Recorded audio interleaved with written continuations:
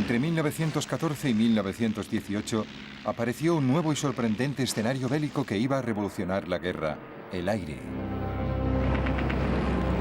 Hubo feroces combates aéreos. Cazas contra cazas.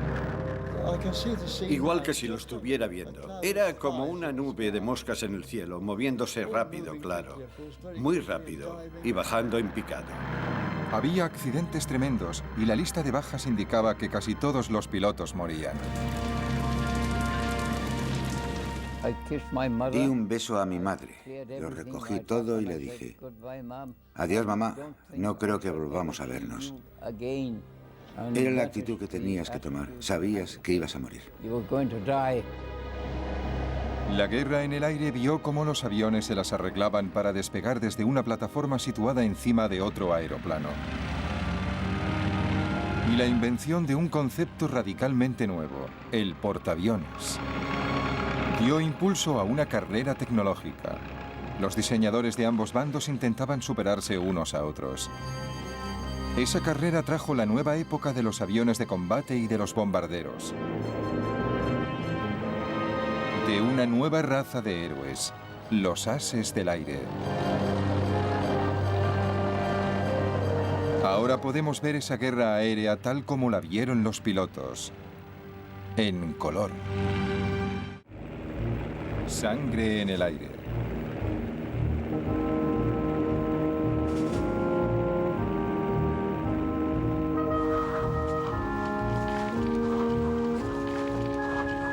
En el verano de 1914, mientras los ejércitos europeos marchaban hacia la guerra, los jóvenes de todo el continente se sentían atraídos por una forma de combate nueva y atrevida. En Gran Bretaña hacían cola para alistarse en lo que se llamaba el Real Cuerpo de Aviación. La edad mínima para ser un piloto en ciernes era de 17 años. El escenario principal para esos pioneros adolescentes iba a ser el frente occidental, Francia, en cuanto lograran pasar de la oficina de reclutamiento. Hasta ese momento no se nos había ocurrido que nadie más hubiera pensado en alistarse en el Real Cuerpo de Aviación. Era idea nuestra, una idea brillante y original, y a nadie más podía habérsele ocurrido. ¿Cuál fue nuestra decepción al ver la larga cola de chicos que esperaban delante de nosotros? Todas nuestras esperanzas, y eran muchas, se esfumaron. ¿Y todos esos también quieren entrar? Parece que sí. Luego el silencio y poco a poco la cola que se iba acortando y todos mirábamos nerviosos a la cara de los que salían, intentando leer en sus ojos: ¿le habrán aceptado? ¿Me aceptarán a mí? La aviación solo tenía 11 años de existencia cuando empezó la Primera Guerra Mundial. Imagínate, para un chico de 18 o 19 años, al ver esas máquinas, eran los Ferrari de la época, eran los Harrier de la época.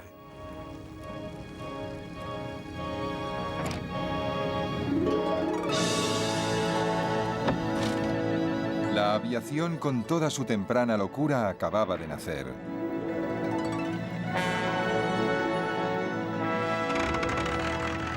En 1903, los hermanos Wright realizaron el primer vuelo a motor con un Kitty Hawk en Carolina del Norte.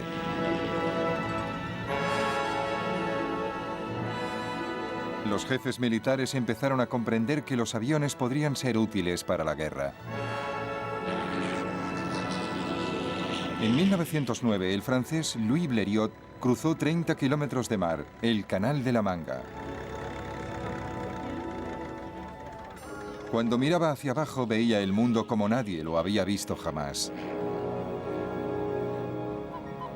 Y ese fue el propósito militar del avión: darle al comandante que estaba en tierra una visión general del campo de batalla.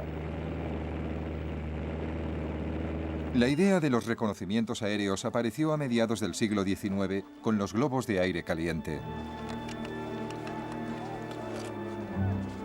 Y durante la mayor parte de la guerra se siguió usando a los globeros, como les llamaban los británicos, como vigías aéreos. Pero los globos aerostáticos eran un blanco fácil para los atacantes enemigos.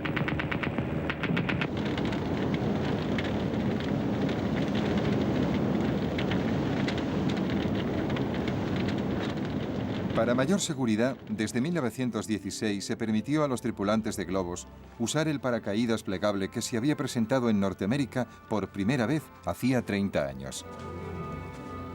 Durante la Primera Guerra Mundial, a los pilotos aliados no se les permitió llevar paracaídas porque sus comandantes creían que eso podía animarles a abandonar el avión innecesariamente. Los paracaidistas fueron la clave de una nueva forma de defensa aerostática. Cuando el globero localizaba un avión enemigo, saltaba rápidamente en paracaídas. Luego, la tripulación intentaba recoger el globo antes de que se incendiara. No era una solución muy satisfactoria y los aviones más pequeños y más rápidos terminarían siendo claves para reconocimientos aéreos y usarían cámaras fotográficas para espiar en territorio enemigo. Si retratas algo, ves cosas que un observador corriente no puede ver, porque te llevas la película a casa, la revelas, la amplías, creas una imagen muy detallada y miras. Puedes ver nidos de ametralladoras, puedes ver rutas, puedes ver puestos de mando. Además de tomar fotografías, los pilotos podían transmitir por radio lo que veían al control de tierra.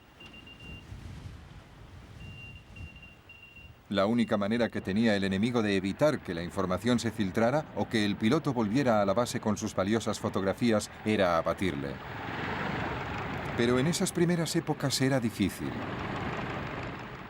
Uno de los mayores problemas iniciales para que las armas fueran eficaces contra los aviones, ya fueran bombas, ametralladoras o cualquier otra cosa, era la cuestión del peso. Eran aviones primitivos, muy ligeros, con motores muy poco potentes. Apenas podían cargar con el piloto.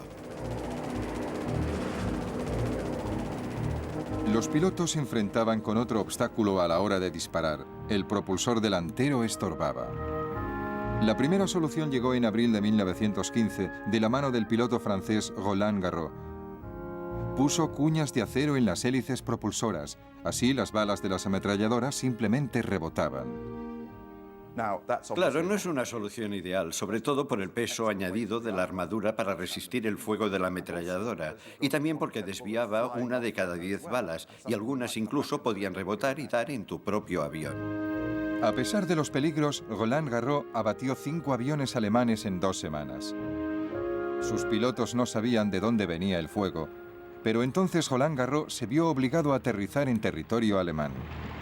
Los alemanes vieron inmediatamente por qué este avión tenía tanto éxito, y en realidad estamos hablando de un solo avión que había hecho estragos en las fuerzas aéreas alemanas de la época. Pero cuando vieron lo primitivo que era el sistema y cómo podían disparar a través de las aspas, entregaron la máquina a un diseñador holandés muy brillante, con mucho talento, Anthony Fokker. Fokker resolvió el problema y revolucionó el futuro de la guerra aérea, inventando un dispositivo que sincronizaba el fuego de la ametralladora con el movimiento del propulsor, de tal forma que las balas nunca daban en la hélice. Pronto, los pilotos alemanes perfeccionaban las tácticas que llevarían la masacre a los espacios aéreos. Vimos que era un avión alemán, y una vez colocado sobre nosotros, detrás del avión de en medio, se lanzó en picado como un halcón sobre una golondrina. Desde luego, di gracias de volver sano y salvo de esa misión. La aviación aliada estaba indefensa. En 1915 se produjo lo que se llamó el azote de los Fokker. La vida de un piloto aliado se contaba por días.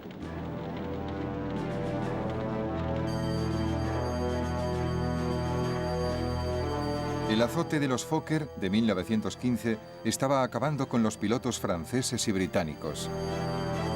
Pero el ejército necesitaba con desesperación tener ojos en el aire. Cada día llegaban reemplazos a Francia recién salidos de la escuela de vuelo. Cuando llegué a Francia a pilotar un avión de combate, no había volado jamás con el tipo de avión que tenía que cruzar las líneas al día siguiente. Y mucho menos había recibido instrucciones. Algunos salían con apenas 5 horas de entrenamiento. Los 2 chicos con los que crucé el canal y estuve hablando en el barco habían muerto antes de que yo llegara a cruzar las líneas. Están matando a gente cada día. Mi mejor amigo estaba ahí una noche y al día siguiente, en la comida, ya no estaba. Era algo constante. Nunca tenías a nadie a tu lado. Nadie que se alegrara contigo. Nadie que se preocupara de ti si te herían. Estaba solo. Luchaba solo y moría solo. En algunos casos, los pilotos llegaban por la mañana como reemplazos y morían por la tarde sin tener tiempo ni de deshacer su petate. El comandante en jefe del Cuerpo de Aviación Real, Hugh Trenchard, ordenaba que se enviaran nuevos pilotos cada día para ocupar el lugar de los muertos a la hora de la cena. Si los pilotos no ven lugares vacíos alrededor, tienden a pensar menos en el destino de los amigos que se han ido para siempre. Están entretenidos invitando a beber a los recién llegados y haciéndoles sentir a gusto. 1915 fue un desastre continuo para los pilotos aliados. El azote de los Fokker duró 9 meses, y durante esos meses en el frente, la esperanza de vida media de un piloto británico era de solo 11 días. Esperabas que te mataran en cualquier momento. Nunca pensabas en la vida en absoluto. Solamente cumplías con tu deber. La moral estaba muy baja y se oían muchas protestas por lo inadecuado de nuestros propios aviones. Hugh Trenchard sabía que las bajas eran inevitables y que la guerra aérea, en lo que se refiere a los costes en vidas humanas, a las grandes pérdidas que había que sufrir antes de alcanzar la victoria, era igual que la guerra de trincheras. En el verano de 1916, los aliados habían recuperado el terreno en la carrera tecnológica. Sus aviones también contaban con ametralladoras delanteras y aparecieron nuevos modelos más rápidos, más ligeros y más ágiles. El Real Cuerpo de Aviación había doblado sus fuerzas de 12 a 27 escuadrones. El azote de los Fokker llegó a su fin. Para los aliados fue un alivio inmenso, porque entonces el cuerpo aéreo era más necesario que nunca.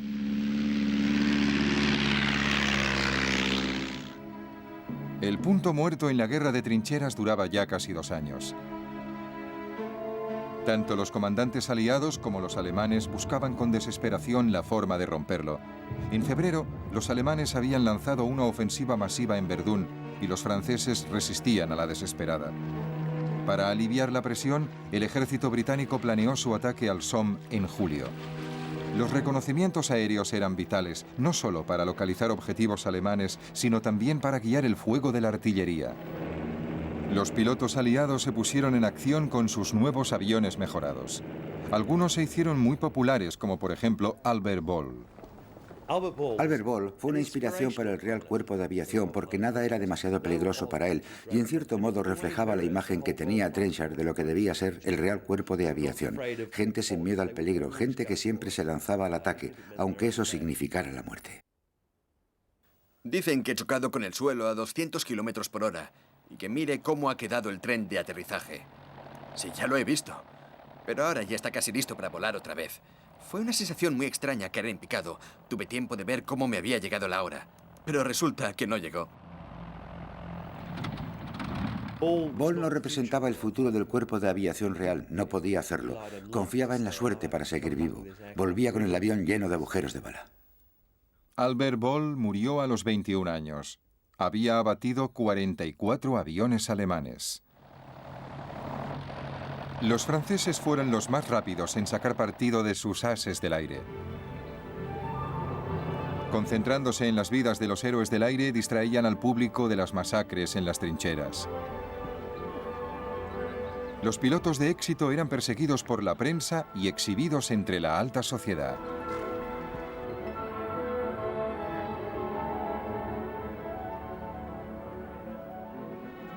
Los alemanes también se dieron prisa en ensalzar a sus ases del aire.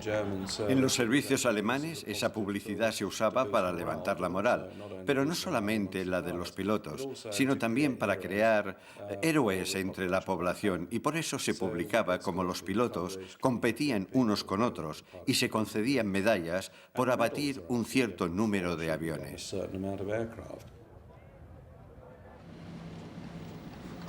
El as del aire alemán más popular era Manfred von Richthofen, el Barón Rojo.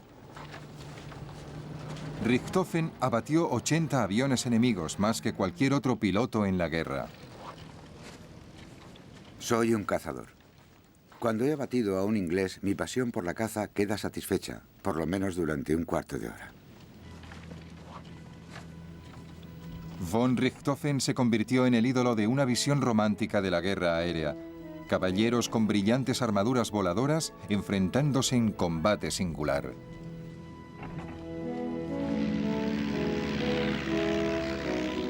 Estar solo. Tener tu vida en tus manos. Usar tu habilidad en combate singular con el enemigo. Era como las justas de la Edad Media. La única esfera de la guerra moderna donde uno aún veía a su adversario y se enfrentaba a él en mortal combate. La única esfera donde aún existían la caballerosidad y el honor. Si vencías, era por tu valentía y habilidad. Si eras derrotado, era porque habías encontrado a alguien mejor.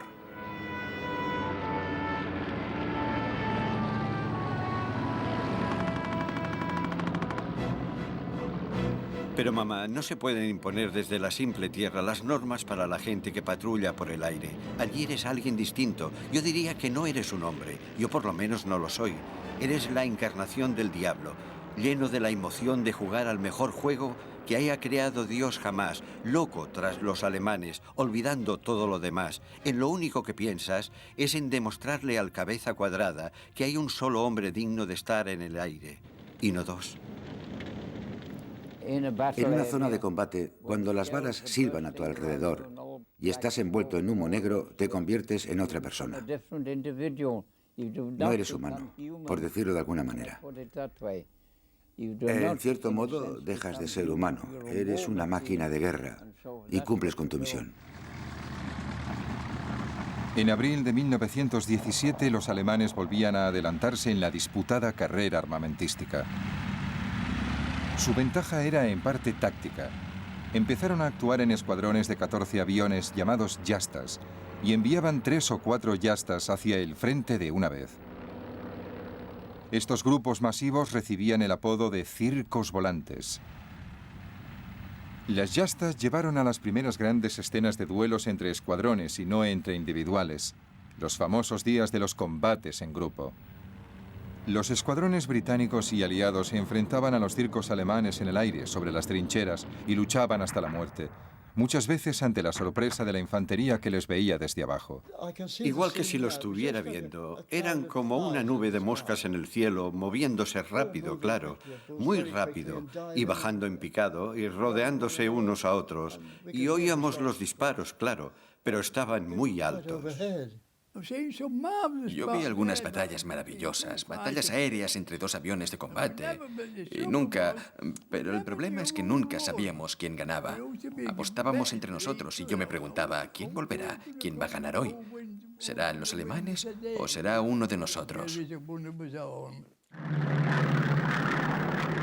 La superioridad de los aviones alemanes y las tácticas Jasta costaron caras a los aliados. En 1917, durante el llamado Abril de Sangre, perdieron 150 aviones y 316 aviadores. Unos meses más tarde llegaron los primeros pilotos norteamericanos, pero la superioridad alemana se mantenía. Sin embargo, los aviadores aliados tenían que seguir volando sobre las líneas enemigas para dar información a sus ejércitos que preparaban desde tierra sus ofensivas de verano. Los comandantes y hasta los pilotos sabían que no tenían el mejor equipo ni las mejores herramientas para el trabajo y sin embargo les exigían que contribuyeran a una gran ofensiva. Sabían que los alemanes tenían mejores equipos y hasta cierto punto mejores tácticas y era algo trágicamente inevitable. Tenían que seguir volando. En esos momentos no podían hacer nada. Esta mañana nos hemos enfrentado con una nueva gama de Fokkers y desde luego son muy buenos. El piloto se ha quedado quieto y me ha bañado de plomo como con una manguera. Lo único que podía hacer yo es fijarme en su localizador y darle al timón de lado para desviarle la puntería.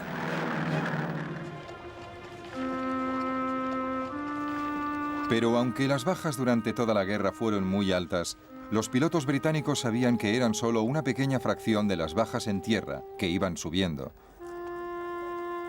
Y la vida de los pilotos, aunque muchas veces fuera corta, era muy cómoda comparada con la de los PDI, pobres desgraciados de infantería de las trincheras.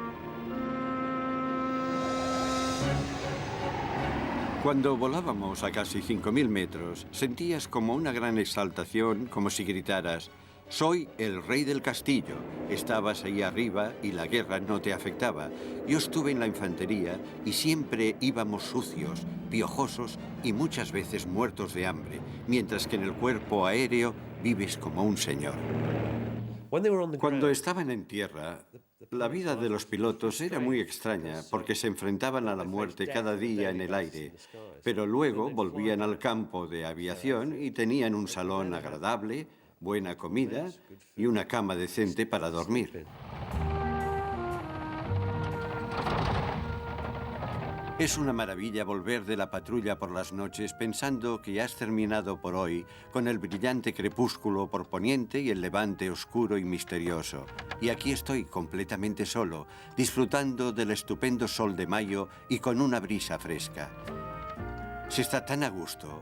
Oigo el ruido de las ametralladoras, pero aparte de eso, la guerra parece muy lejos, gracias a Dios.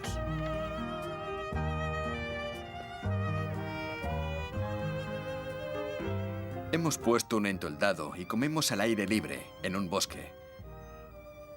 Se está mejor aquí cuando hace tanto calor como estos días. Aunque nos podría alcanzar el fuego de los cañones, ahora mismo no se nota que hay guerra.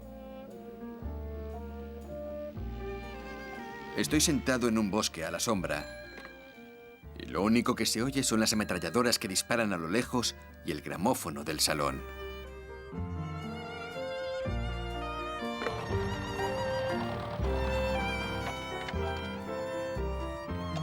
Vivimos bien. Hemos ido a Boulogne y nos hemos tomado un helado. Somos el único cuerpo en el frente que toma helado para cenar cada noche. En plena vida, estamos cerca de la muerte. Y tan cerca de la muerte también conseguimos pasarlo en grande. Cócteles del Bronx, brochetas de higadillos de pollo, champán, helado de fresa y coñac Napoleón.